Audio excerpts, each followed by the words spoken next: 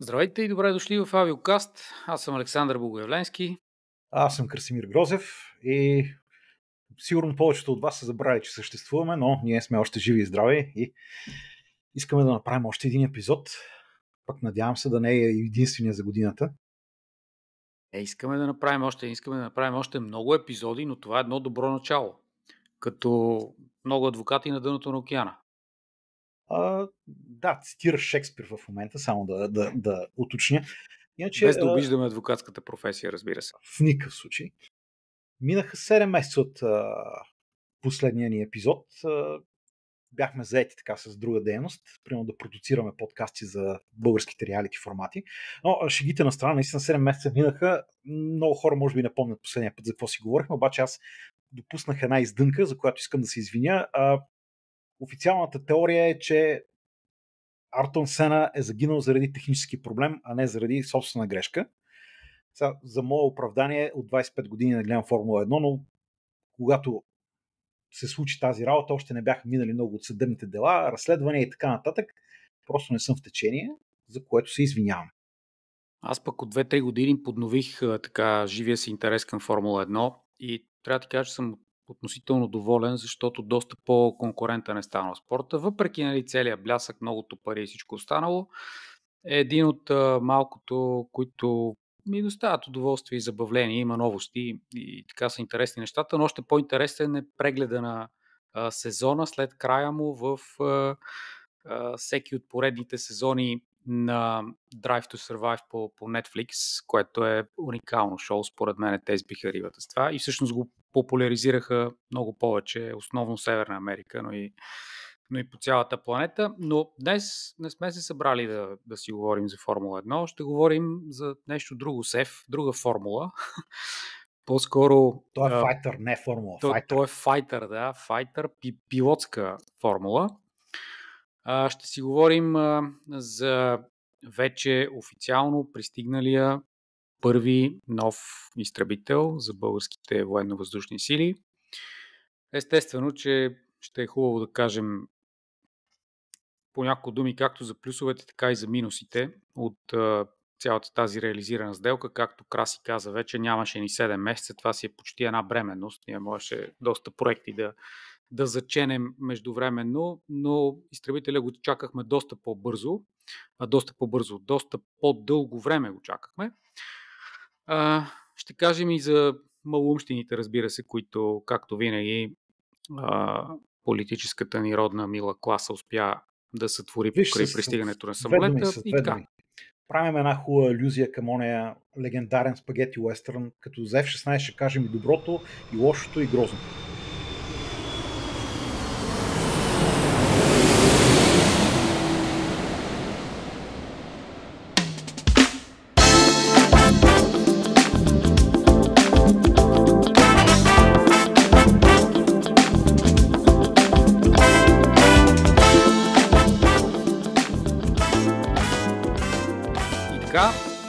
Първият самолет вече официално кацна, приземи се в базата Граф Игнатиево. Той е двуместен, F-16D. Бордният му номер е 301 и пристигна кога, Краси? На 2 април. Не случайно.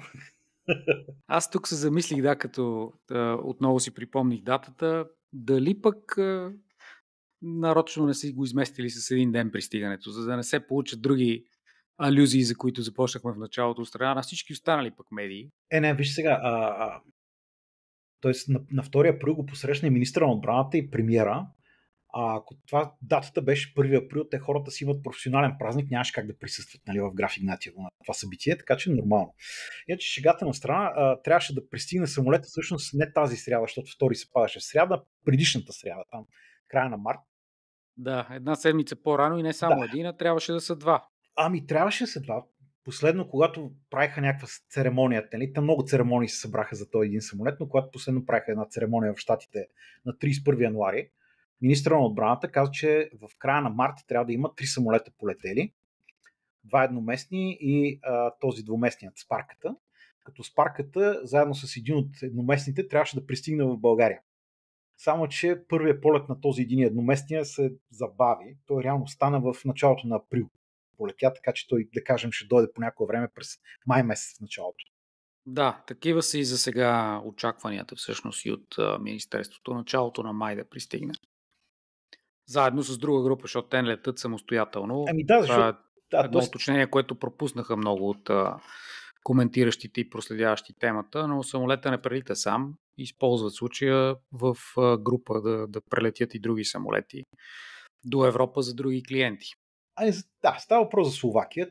Сега групата беха 2 самолета за Словакия, един за нас, с 2 танкера, които ги придружаваха, защото няколко презареждания във въздуха се правят над Атлантика. Всъщност, полета беше от Гринвил, което е Южна Каролина, до испанската база Морон и след това от същата база Морон до България. Така де, каца си самолета, всичко нормално, за щастие. Тук може да отбележим, че почнаха едни, бих казал, много малумни слухове. Самолетът бил втора ръка, самолетът всъщност бил американски, не знам си какво. Да, той прелетя с американски опознавателни знаци, защото на някакво, как да кажа, сложно е. Не, нищо сложно няма. Самолетът е американска собственост, докато не бъде предаден официално на страната получател. Съответно, трябва да бъде с някакви обозначителни знаци. Естествено, че те са на американските военновъздушни сили в случая. Даже си личеше мястото, на което след това ще се появи. Ще изгрее българската кокарда отзад на опашката, нали, на другата и позиция. Така че това са чисти спекулации от хора, които нищо не разбират от темата. На мен също ми се наложи няколко пъти да и коментирам тия неща. Виж сега, да, върху нашите кокарди имаше една лепенка, просто когато се дърпаше. Именно, да, това имам предвид. То се вижда. Освен това, нашите приятели спотърите бяха на летището преди пристигането на самолета. Има достатъчно снимки, на които това се вижда. Нещата, които ние обясняваме с теб, ясно могат да бъдат проверени и те са така. И излишни сензации просто за кликбейт се пускаха в пространството или от абсолютно некомпетентни хора, които не разбират, или от тези, които изпадат в една или друга крайност, защото по една или друга причина им харесва или не им харесва. Какво се случва? За крайностите е така. Въпросът е тук, че... Да, ние за това след малко ще поговорим. Да, виж, докато се занимавам с такива тъпоти, има те ни пратили втора ръка самолети, те също са американски.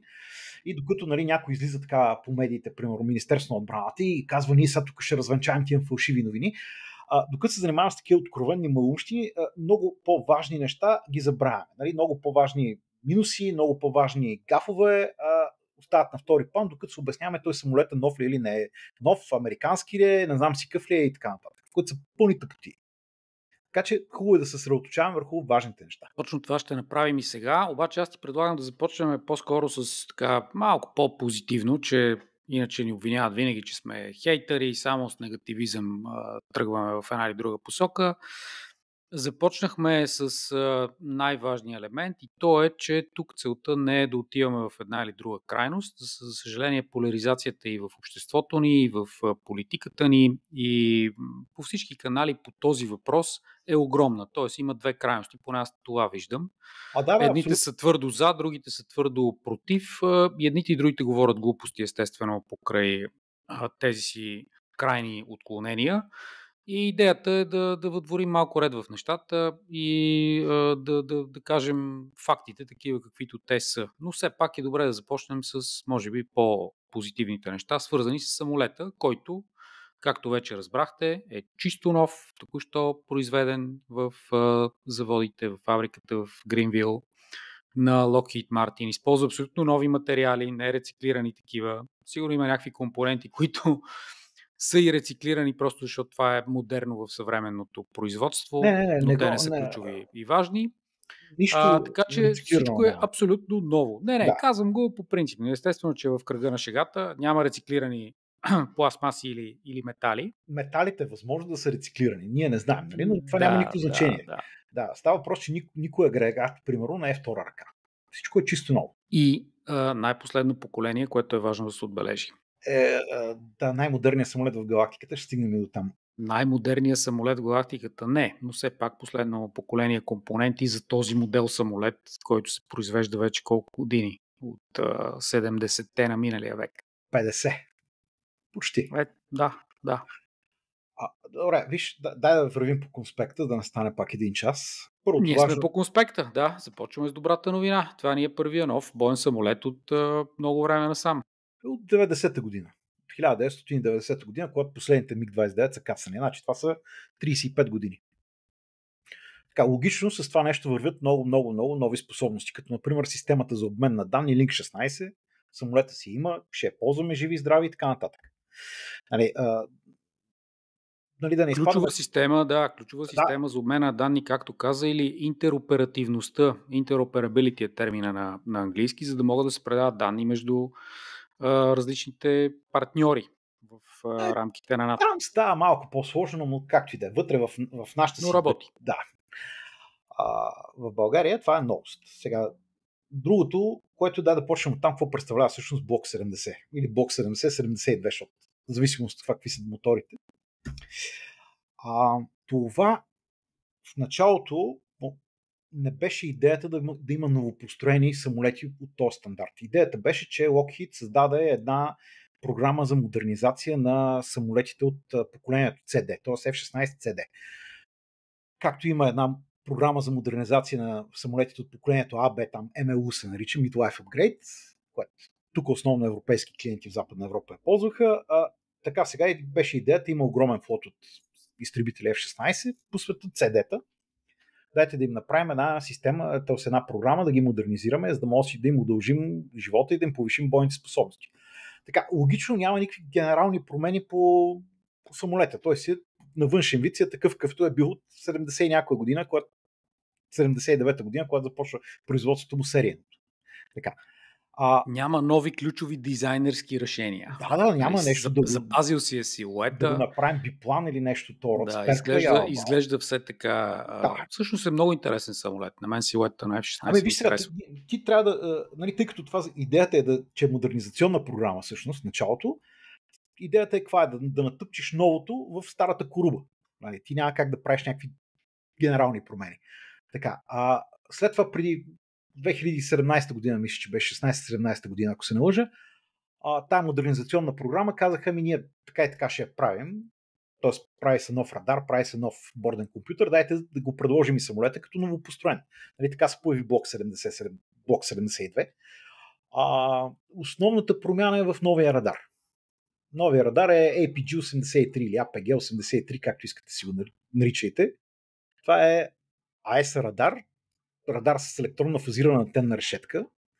За разлика от по-старото поколение радари, няма механично въртене на антената. Тоест, при старите изтребителни радари трябва понякога да завъртиш леко антената, да насочиш лъча примерно страни от курса, защото там има някаква цел, която те интересува. Да, всъщност тя AESA радарите е, че антенната му решетка е изградена от много малки радарчета, които работят заедно. Поради тая причина ти можеш да си модулираш лъча много по-финно, имаш много повече режими на работа, мога да работиш едновременно по подземна цел, по въздушна цел, мога да работиш едновременно по няколко въздушни цели. Като цяло, хубавото на този радар е, че е по-прост от предишното поколение. Лошото е, че тъй като има много електроника вече по него, много започва да грее. И положението с охлаждането става проблемно. И тъй като ние си говорихме точно преди малко за това, че самолетът ти е самолета, който си е бил винаги, F-16, блок 50, примерно, ти просто трябва на този блок 50 да му сложиш максимално безболезнено нов радар. Поради тая причина радара е леко, как да кажа, ограничен от това, че трябва да може да влезе в конструкцията на F-16. Абсолютно е било възможно да му се сложи много по-мощен радар. Той има, между другото, такъв блок 60 с много по-мощен радар. Обаче става огромен проблем с охлаждането. Даже един от начините да познаеш един блок 70, примерно или един стар F-16 CD модернизиран до това ниво, е като видиш, че от лявата страна, на левия борт, точно към края на фанара, така като погледнеш по борда, има едно с малко въздухозаборниче. То много си личи отпред, като се погледне самолета. Това малко въздухозаборниче. Предназначено за охлаждане. Точно така. Така. Поради тази причина радар е леко ограничен. Тоест могло е да се сложи много по-мощен, обаче твърде много грее всичко и това е проблем. Така, имаш нова система за самозащита, имаш един нов голям дисплей в пилотската кабина, ние двамата сме карали в кавички тренажор на F-16, да, с Цветан Цветанов и Соломон Паси бяха на същото събитие, да се похваля. Карахме го малко самолета, истина е, с успешни приземявания даже. Но да, кабината изглежда интересна и модерна. Кабината е сравнително по-добра лесна за ориентация. Със сигурност е по-добра, да. Да, с системата за самозащита ти вече я каза, Viper Shield, така наречен. Да. Има нови компютри, естествено. Нали, част от новата авионика са и новите компютри. Тук контейнер и снайпер си написал. Ами има, да. И ние даже сме си купили няколко броя да има. Сега, прословутата система AutoGCAS. Нали, автоматична система за избягване на сблъсък с земята. Да, Ground Collision Avoidance System е GCAS. Да. Те много беше раздухвана тази система, докато така имаше някаква маркетингова кампания в България. Даже останала е в акъла на хората, защото на няколко пъти съм срещал така намеса, че ако примерно тези двете момчета, които загинаха миналия септември, ако бяха летели на F-16, той има такава система, щяха да оцелеят, но нищо общо. Значи тази система не е предназначена за точно. Предназначението за такива ситуации. Да. Предназначението е, когато правиш маневрен въздушен бой, изживяваш огромни претоварвания, случва се така да ти причернее, да изпаднеш в леко безсъзнание за примерно 30 секунди. Лошото е, че за тия 30 секунди самолета може да се блъсне в земята. Тук точно влиза системата, която преценява, че никой не работи с органите за управление, т.е. екипажа, примерно, нещо му се е случило в момента, изчислява, че вървим към сблъсък, извежда се самолета в хоризонтален полет на една нормална височина и се чака пилота да се съземе и да работи с органите, така да го наречем, много за управление и да управлява вече. Затова служи тази система. Да, просто хоризонтира самолета в хоризонтален полет, като избягва сблъсък с терена. Ако терена се променя, защото не винаги терена е равен и е само при земята, ами е хълмист, има планини и така нататък, съответно ще спазва някакво минимално безопасно отстояние от терена по височина, за да се избегне такъв удар.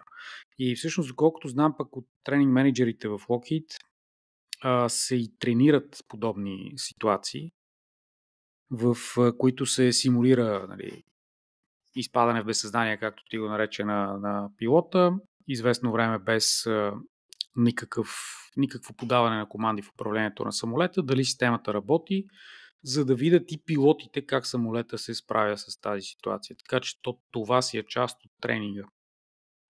На F-16 това е един огромен проблем.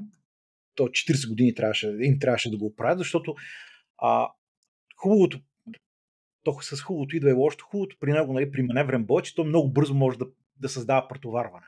Тоест много бързо минава от един друг режим на полет. Обаче лошото е, че понякога това претоварване идва много на човешката единица, която е вътре в самолета и се случва да се губи съзнание.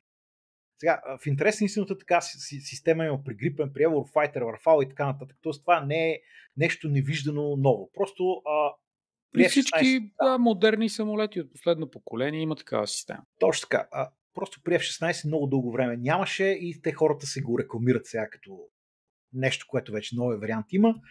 Въпросът е, че малко стана неразбрано това. Надявам сме го обяснили, може и да не сме го обяснили като хората, но никой не е перфектен. Той самия F-16 като модел е един от пионерите в това отношение да се подобряват маневрените способности на машината, просто защото тя изначално в първоначалния си дизайн е изключително нестабилна. И може би са гледали нашите тук слушатели в този случай едни клипове от още изпитателните полети на F-16, в които доста трудно е на пилотите да контролират машината. Заради особеностите на аеродинамиката му. И точно поради тази причина се вкарват доста компютри в самолета, за да подпомагат това управление и да подобряват маневреността, т.е. да подпомагат пилотите в управлението на самолета. Дълго едно е така, но е факт и е важно и с годините съответно самолета търпи такива големи претоварвания, които надминават даже 9G. Самолет е изначално с електродистанционна система за управление, т.е. нямаш Fly by wire. Да, лоста ти не е свързан с разни лоста за управление, не е свързан с разни лостове, щанги и така нататък, Да, с механични захвати. с управляващите повърхности. Да. И тази система, така докато я нагласят, пък и докато свикнат с нея, имало проблем.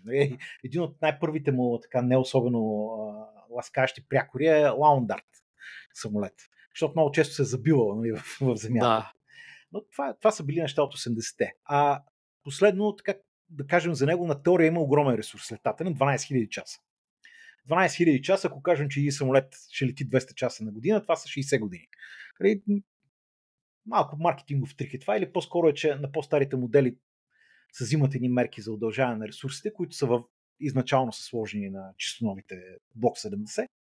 За 12 000 часа, ако и 6 000 часа налетим с тия самолети, ще сме така отличници. То винаги е маркетингов трик, още повече, че има много тук неясноти и зависимости към тези 12 000 часа. Как ще се поддържат самолетите, въобще доколко имаме средства, за да правят такъв налет. Ще стигнем до там. Въпросът е, че тия 12 000 часа, това е интересно, между другото хората е хубаво да го знаят. Тия 12 000 часа са така наречени еквивалентни часове. Те не са реални 12 000 часа. Защо? При поддръжката на този самолет се взима предвид този един час полет, който си направил с него, що за полет е. Тоест, ако едното са един полет по маршрут, примерно излиташ от Графа, летиш до Варна, връщаш се обратно. Това си е един час. Обаче си представим какво излита този самолет с примерно 3 тона боен товар, прави едни огромни претоварвания, нали, огромни предвид натовареността му, примерно 5-6 Ж, лети на малка височина и така нататък. Общо взето гъниш яко този самолет. Тренира за въздушен бой, например. Да. И се умножават по съответния коефициент. Да, умножава се по един коефициент, примерно 1,6. Тоест, един астрономически час всъщност е равен на 1,6 еквивалентни часове от ресурса на самолета. Това е интересно. Да, и е напълно. Точно така. Още две хубави неща трябва да споменем. Първото нещо, че пилотите ни, които се обучават в щатите, те преминават през различни модули на обучение.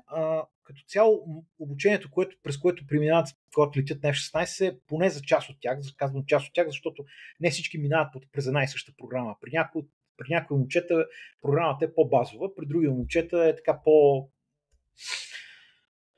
по-пълна, защото примерно за едните трябва да е само базово усвояване на самолета, пък другите трябва да станат примерно водачи на четворка. Звено. Което означава, че вече те имат повече, трябва да имат повече познание и повече умения. Доколкото чувам в щатите това, което се е правило, много интересни неща, примерно летене с очила за нощно виждане и така нататък. Да, се пак казвам, много хубав опит. Хората гледат от първа ръка как се правят изключително интензивни полети в бойна авиация. Защото интензивни полети могат да правиш, нали, в гражданската авиация, ти много добре знаеш, но там нещата са по-различни. В България това, за съжаление, сме го позагубили поради мизерното състояние на нашата бойна авиация. И последният така голям плюс, който искам да изтъкна, е, че на теория има огромна възможност за обмяна на опит с множеството оператори на F-16 по света. Казвам на теория, защото практиката винаги е по-различна, но да, може да черпиш опит от гърците, от румънците. И в частност в Европа, да. Турци, и около нас вече има достатъчно. Да, абсолютно. Абсолютно. Плюс изравняваме до някаква степен и възможностите за представянето ни, когато участваме в съвместни учения, мисии и така нататък. Чакай да стигнем там. С румънците, гърците, както ти каза. Пътят ще е дълъг. Така, и други европейски партньори наши. Не е нещо, което ще стане утре или в други ден, това трябва да се знае. Точно така. Между другото, не засегнахме един важен момент, част от спекулациите, с които започна, защото го прочетах на много места под формата на коментар. Ама как така? Защо това не е F-16V? И буквата В накрая. Ами F-16V, Viper, да.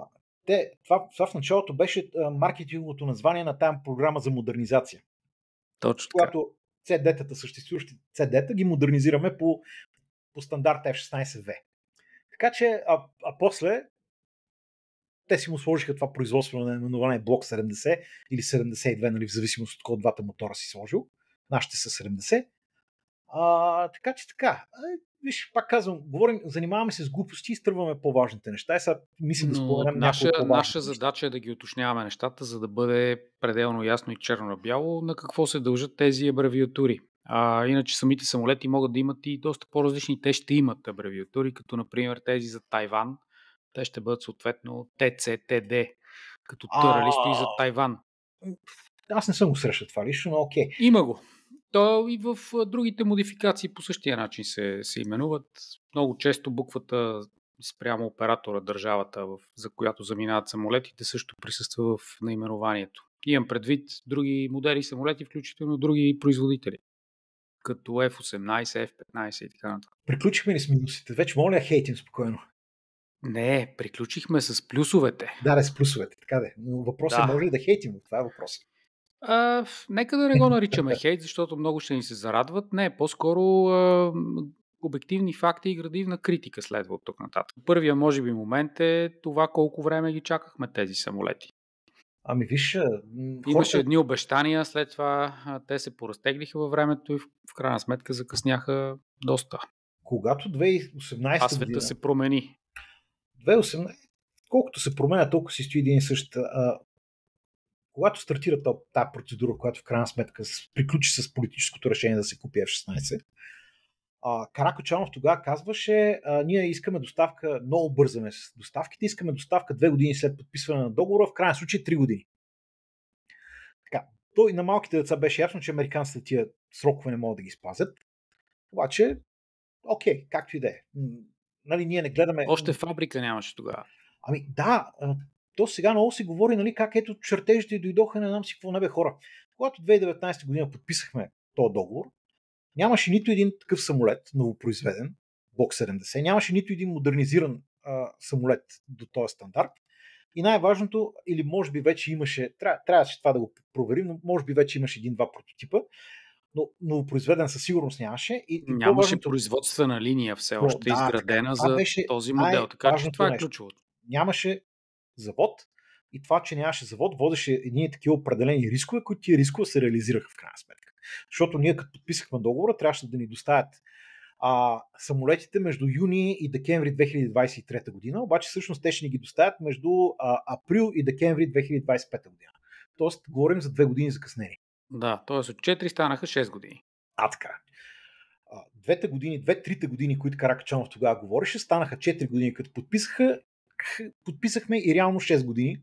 И в същото време ние, както се казва, като попове, авансирахме цялата стойност на сделката. И въпреки закъснението от 6 години, неустойки ще получим ли сега за това закъснение? Неустойки няма, нали, на къла ми дойдоха ни цинични изрази, нали? Но не, неустойки няма никакви. Договора такова нещо въобще не съществува. Те не са заложени в документите, точно така. Защо не са заложени е друга тема, нали? Тя за този въпрос и по тази тема вина има само една от двете преговарящи страни. И тя не е американската. Когато се готвише този договор, беше повдигнат въпроса, ама то няма неустойки. И тогава Атанас Запрянов, който сега е военен министър, тогава беше заместник военен министър, той появяваше се така в едни интервюта и казваше, ама не, как американската страна е гарант, че тая сделка, американското правителство е гарант, че тая сделка ще премине перфектно. Така. Но да, нямаше неустойки. Примерно, няма и да има. Няма и да има. Нито за тези 8, нито за следващите 8, които поръчахме. Добре, поне ще има ли някакъв кикбек, някакво партньорство, сътрудничество индустриално, за каквото също се говореше, обещаваше се. Това бе части от запитването ни за оферти, когато тръгнахме към поредното, нали, договаряне на нови многоцелеви изтребители за ВВС и така нататък. Това е много хубаво въпрос. Не. Не трябваше ли да има един такъв малък жест, поне след като 2 години ти платил си нещо авансово, 2 години повече го чакаш? Вероятно трябваше, обаче някой трябва да го поиска. Май никой няма топки да иска такива работи. Само ще дам един много бърз пример. Медицинските вертолети, този втори и третия, който дойдоха, те дойдоха с закъснение. Трябваше да дойдат по-рано.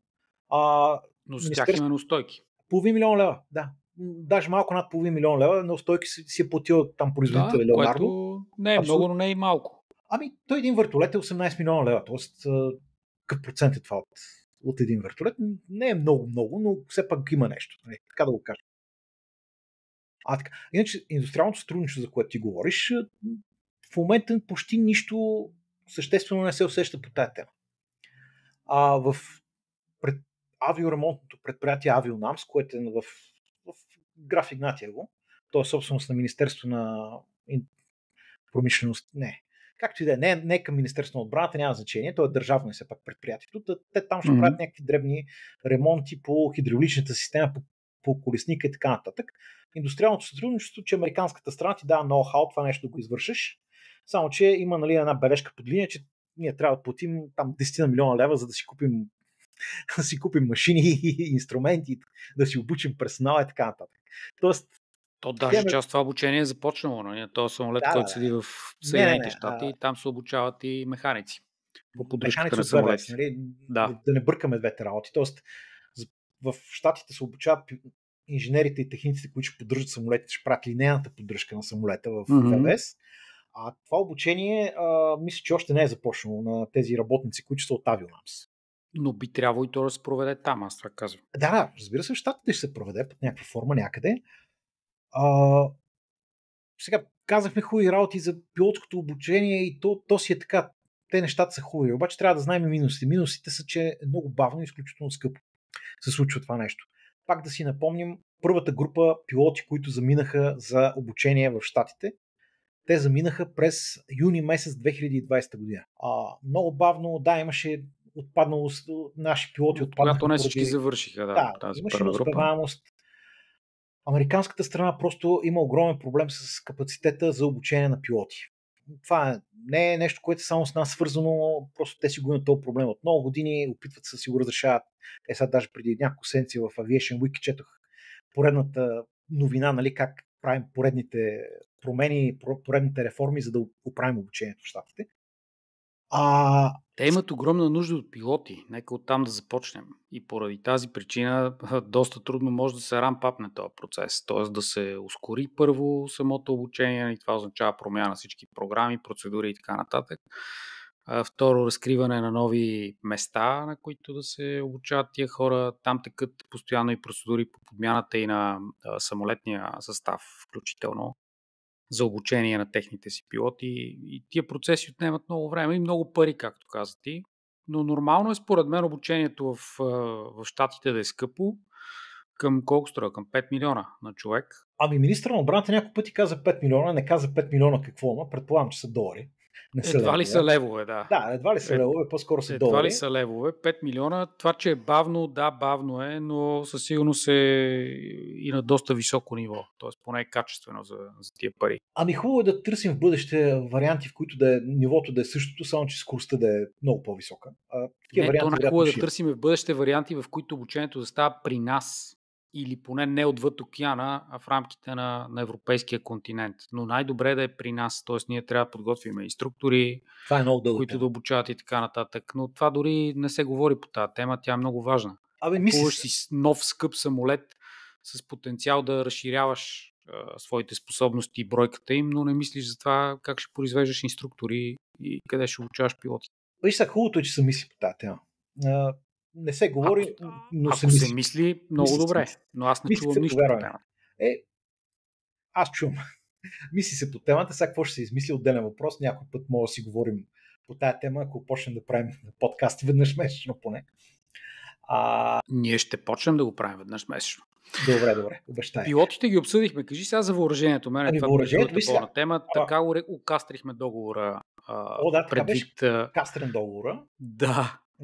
Дори предвид опитите да нагласим цената, че то остана ли въобще някакво въоръжение? Виж сега, цената първоначално беше 1,5 милиарда. Ние искахме да купим 8 самолета за 1,5 милиарда. Шведите казваха, да, ще се съберем в тия пари.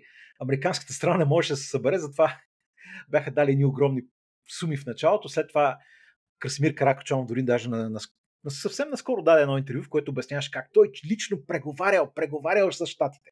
Нищо не преговаряха, просто рязаха пакета. И то яко го рязаха, за да могат да го докарат поне до около 2 милиарда. В крайна сметка го докараха до 2,1-2,2 милиарда лева беше по тогашния курс сумата.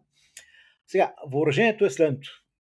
Този самолет може да ползва страшно много различни оръжия. Въпросът е ние какво сме си купили. Така, ако говорим за въздушен бой, количеството ракети е 2 Амрама и 2 Sidewinder, Амрам C версията и Sidewinder X версията на самолет.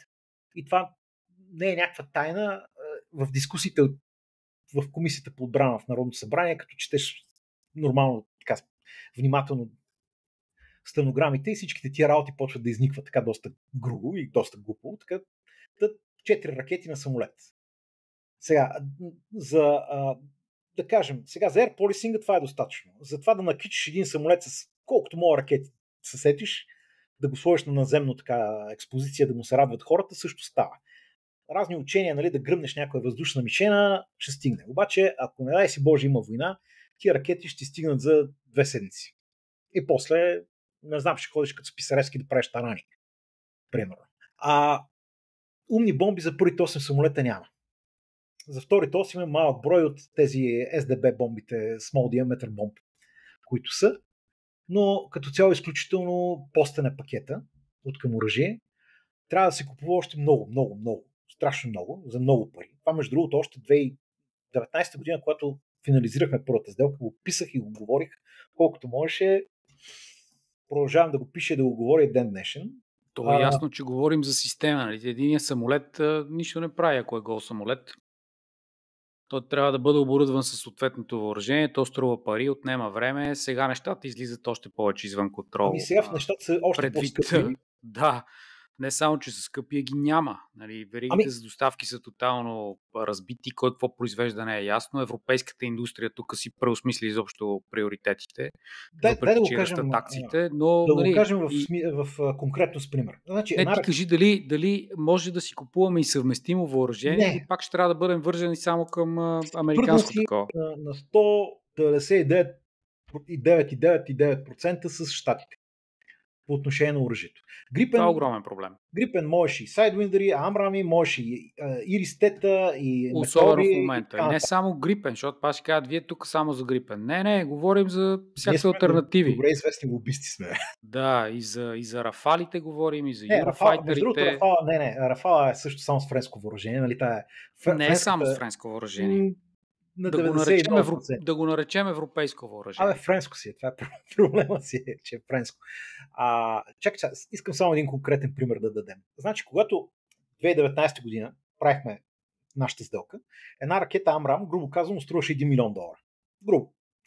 Сега в момента, като гледам последните поръчки на тия ракети, а те доста се харчат напоследък, вече цената е над 2 милиона. Тоест, ако тогава беше 1 милион, сега е 2 милиона и нещо. И срока на доставка май отива нещо като 4-5 години за ракети. Просто толкова е претъпкана, нали, пайплайна на поръчките е толкова претъпкана. Така че това е един от скритите сериозни проблеми с тази програма. Тоест червеното копче трябва да бъде много добре защитено, някой случайно да не му трепне пръста на борда, че разходът е голям. Разходът е голям и скъп, да. Другото скъпо е поддръжката. Тя въобще не е ефтина. Значи през 2019, пак аз защото се забавлявам с извратени неща, като да чета сценограмите от разни парламентарни комисии. 2019 година комисията по отбрана изтърваха се според мене. Един депутат от ГЕРБ се изтърва и каза, че годишната поддръжка на първите 8 самолета ще да струва $56 милиона. И това беше преди голямата инфлация, преди общото скъпяване на отбранителните продукции. Така че няма да е ефтино, ще трябва много пари да се наливат, за да може този самолет да лети както трябва. А за съжаление, тук е една реплика изтърва на нашия министър на отбраната, Атанас Запрянов. Една реплика изтърва преди месеци нещо, може би, в което каза нещо от типа. Той се опитваше човека да хвали тренажорните комплекси, които ще ги имаме в Граф Игнатиево за нашите F-16. Ето още едно. Чакай, ще ги имаме кога? Има забавене, но ще ги имаме. Поръчени се. Това е хубавото. Тия тренажорни комплекси, като тези, които ние тествахме, ли ще бъдат? Не. Много по-хубави. Ето това е един плюс, който го изтървахме, да го кажем. Много хубави 2 тренажора. Много хубави работи могат да се правят с тях. Обаче, каква беше репликата на Запрянов? Запрянов каза нещо типа на вие, нали, не четете това, че по Запада летят 120-140 часа на година пилотите, бойните пилоти, защото всъщност защото всъщност повече от половината от тия часове всъщност се правят на тренажор. Факт-чек не е вярно. Факт-чек не е вярно, но той да не казваме факт-чек, че стана и това мръсна дума. Не просто не е вярно. Часовете на тренажора се правят над тия примерно 100, 120, 150 часа, които бойния Естествено. пилот Не, прави. аз изобщо не се шегувам, като казвам факт чек, защото ние сме го проверили. Не е така. Да.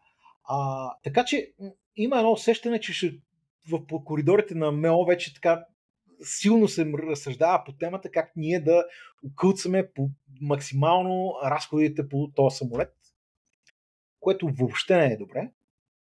Ама резултатите ще ги гледаме по-за в бъдеще. И последно хейтене правя, тъкмо съм вече на скорост, инфраструктурата в трета авиобаза село Граф Игнатиево. Така. Инфраструктурата в началото трябваше да струва 300 милиона. Не, даже трябва да върнем още по-назад. Още по-назад, като върнем, по време на така наречения конкурс кавички, когато сравнявахме F-16 и Gripen па и Eurofighter, нарочно... Да, F-18, ама там бяха два листа, като отвориха офертите. Те в 18 бяха, два листа. Благодарим за интереса, ама сте голи и боси. Да. Те проформа участват. Но благодарим за интереса, да не ги пропускаме. Благодарим за интереса, но ние нямаме интерес да ви продаваме. Това беше. Тогава беше много ясно, че F-16 има нужда от тежка, скъпа инфраструктура, Gripen няма нужда чак от толкова тежка и скъпа инфраструктура. Обаче това не беше вкарано в методиката за оценка. Защото тогава F-16 ще изглежда още по-зле. Както и да е. Още по-скъп. Да, но и по-зле. Есента на 19-та година появиха се там Каракачанов и компания и казаха, ние сме направили сметка, трябват ни 300 милиона за инфраструктура. Още тогава сумата беше, какво правите бе хора, 300 милиона. В момента се опитах тук, точно преди да почнем разговора, да тя повече от се удвои тази сума. Така... Даже повече. Това, което аз виждам това казвам, повече от удвояване. Не знам колко е точно, но със сигурност е повече от 2 пъти. Това, което сме дали до момента, плюс това, което, доколкото виждаме заложено в бюджета се дава, го докарах някъде към 750 милиона. Тоест, оскъпяването е към 230 и няколко процента. И сега преди някой да скочи да каже, той има инфлация, не знам си какво инфлацията е 40%. Не, инфлацията няма нищо общо в този случай. Инфлацията е 40%. 50% служи. Останалото оскъпяване обаче откъде идва? Не знам. Виновни няма. Един бивш министър, служебен министър. Идва от лоши сметки, некомпетенция, корупция, от такива неща. Това бившия служебен министър Георги Панайотов, той на една пресконференция каза, че изпълнителите на тази програма са добре познати строителни фирми, обаче не каза кои са те. Между другото, все още до голяма степен е голяма тайна, кой точно строи в графа, по разбираеми причини. Но така, виновни няма, никой дори не е излязъл да си малко си посипе главата с пепел да каже, не го сметнахме както трябва или некадърни сме поради тази причина нещата станаха супер скъпи и тъна, но имаме това, което имаме. И то не е добро. Да, или просто трябваше пари да се отделят и за други неща в хода на подготовката и строителните дейности. Но тук да не правя други сравнения с пътната инфраструктура и подобни, че наистина ще стане грозно, но ни остана малко време да кажем и за грозното, че така представихме нещата в началото. Доброто, лошото и грозното. Като любимия ни Western, The Good, The Bad and The Ugly.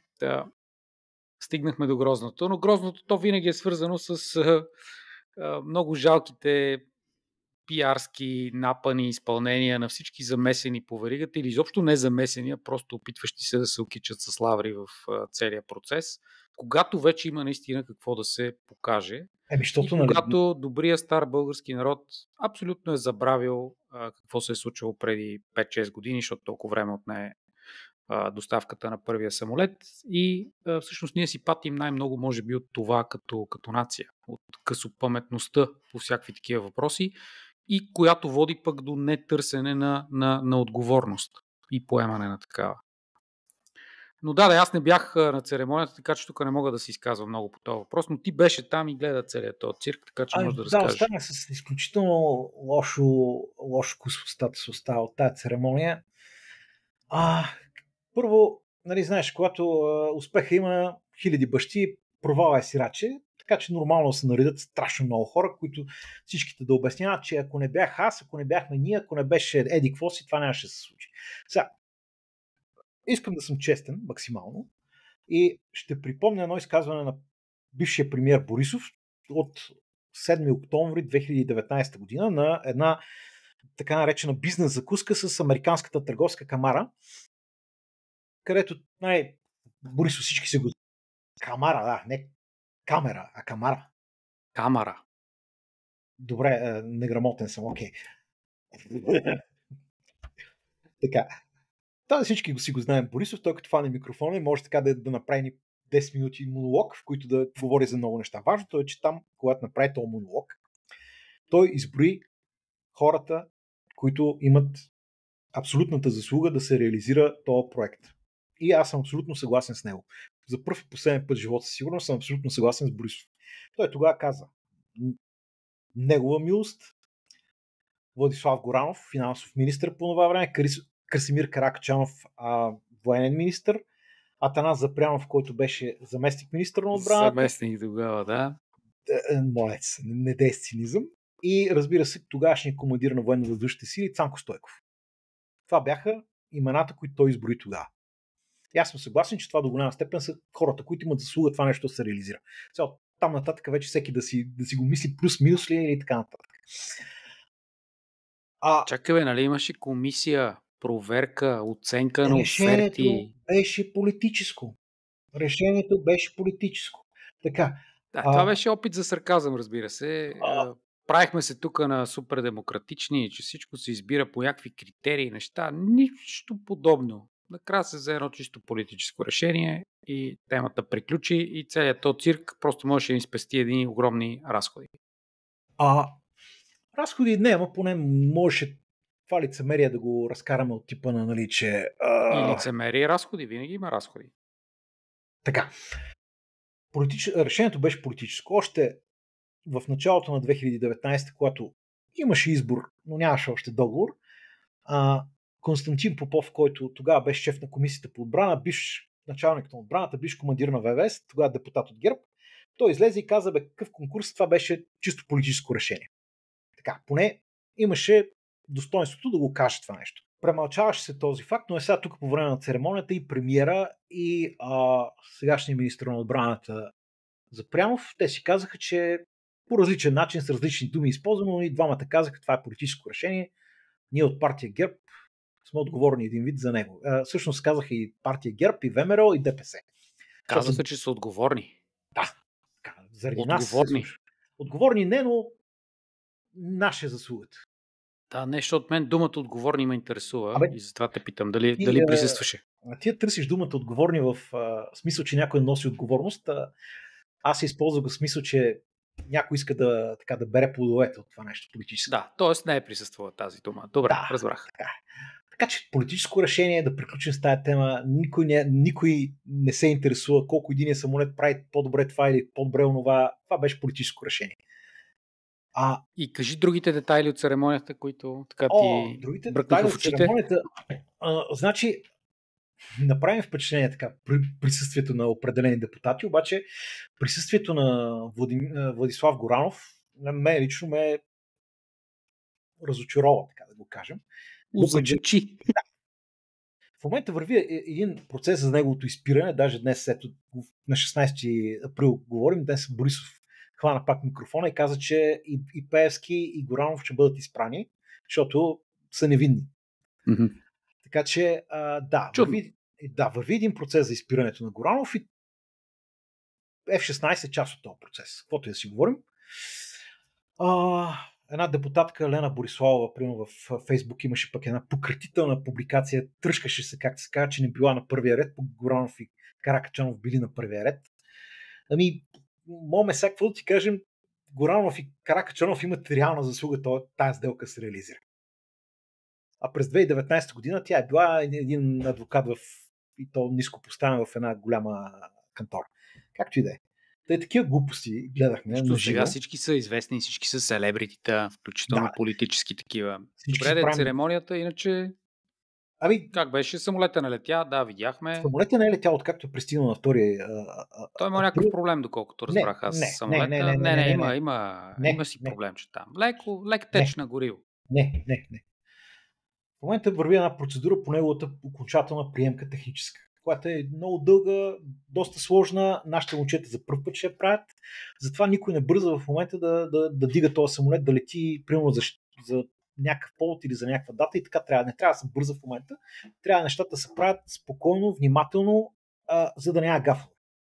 Че не трябва да се бърза, не трябва да се бърза, но вчера в едно кратко интервю с господин Шумейкър от Lockheed Martin, точно това разбрах аз, че все пак и пилота, който го докара и който прелетя океана с него, е искал да бъдат извършени тия проверки, защото има съмнения за лек теч.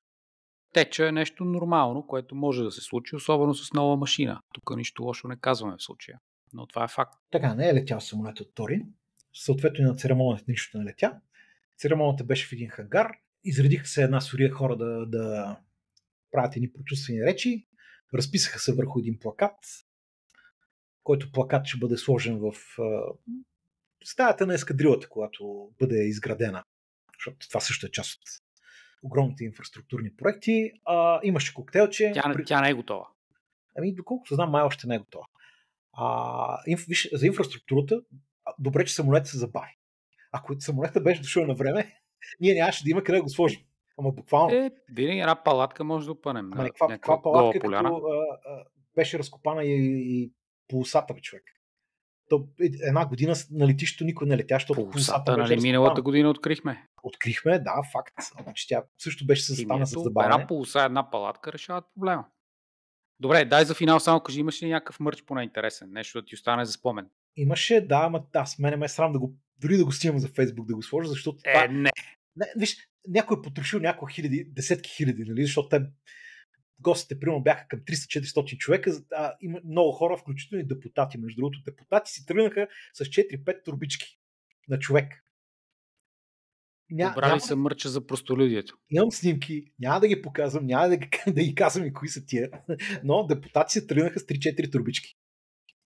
Ще трябва да наваксваме. Турбичките отбила ли бяха? Не, турбичките бяха брандирани така с F-16 на тях и българското знаме. Добре, и така нататък. Поне това.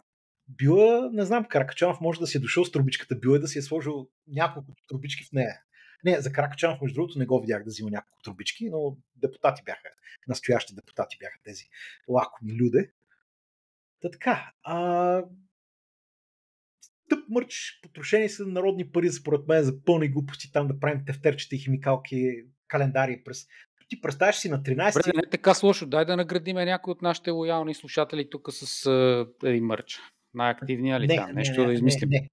Аз ще го пазя за историята. Нищо няма да дам.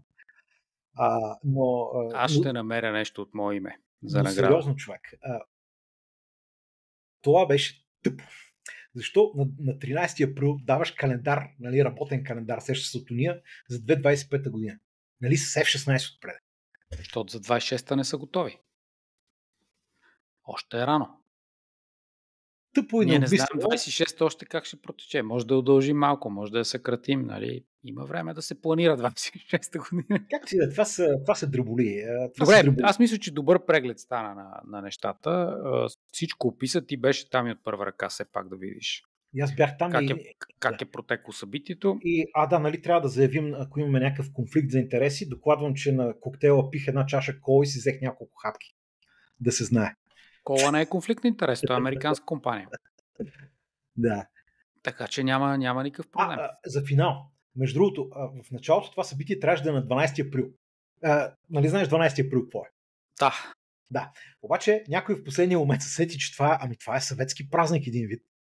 И... Това ли беше причината? Аз всъщност много се замислих, защо изведнъж, защото си говорихме, тук събота, аз не мога. Да, в един момент стана неделя. Как неделя е 13, не беше на 12. Не, за 13.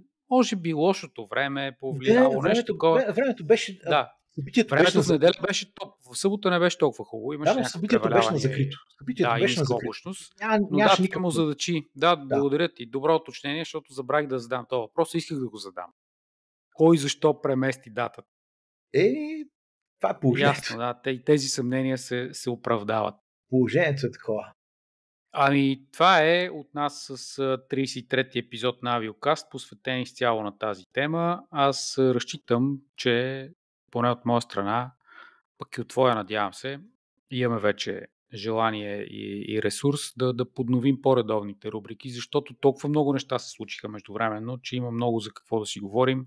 И Да, в България, и извън България. трябва И да по прегледаме военните, и по конспиративните. гражданските теми, па дори по космическите теми, в които вече Куцуисакато лети в космоса, дори на суборбитални полети, но все пак ги водят космически, нали? Да, Така че две има много за неща. какво да си говорим. Конспиративните теории около дрона на летище София го изтървахме. Там имаше много сладки теории. Та тема сме разработили, даже е записана. А, Имаме конспект по нея, така че лесно може да я покрием. бъдеща жена на Джеф Безос в космоса заедно с Кейти Пери, да, това е нещо, което според мен не трябва да бъде коментирано въобще. То ще бъде маркирано подобаващо в типичния ни стил, с който за сега поне се разделяме в този епизод 33 на Авиокаст, който, както добре знаете, може да слушате навсякъде в всички подкаст платформи от YouTube през Spotify до iTunes и така нататък, защото се разпространява достатъчно успешно. До следващия път.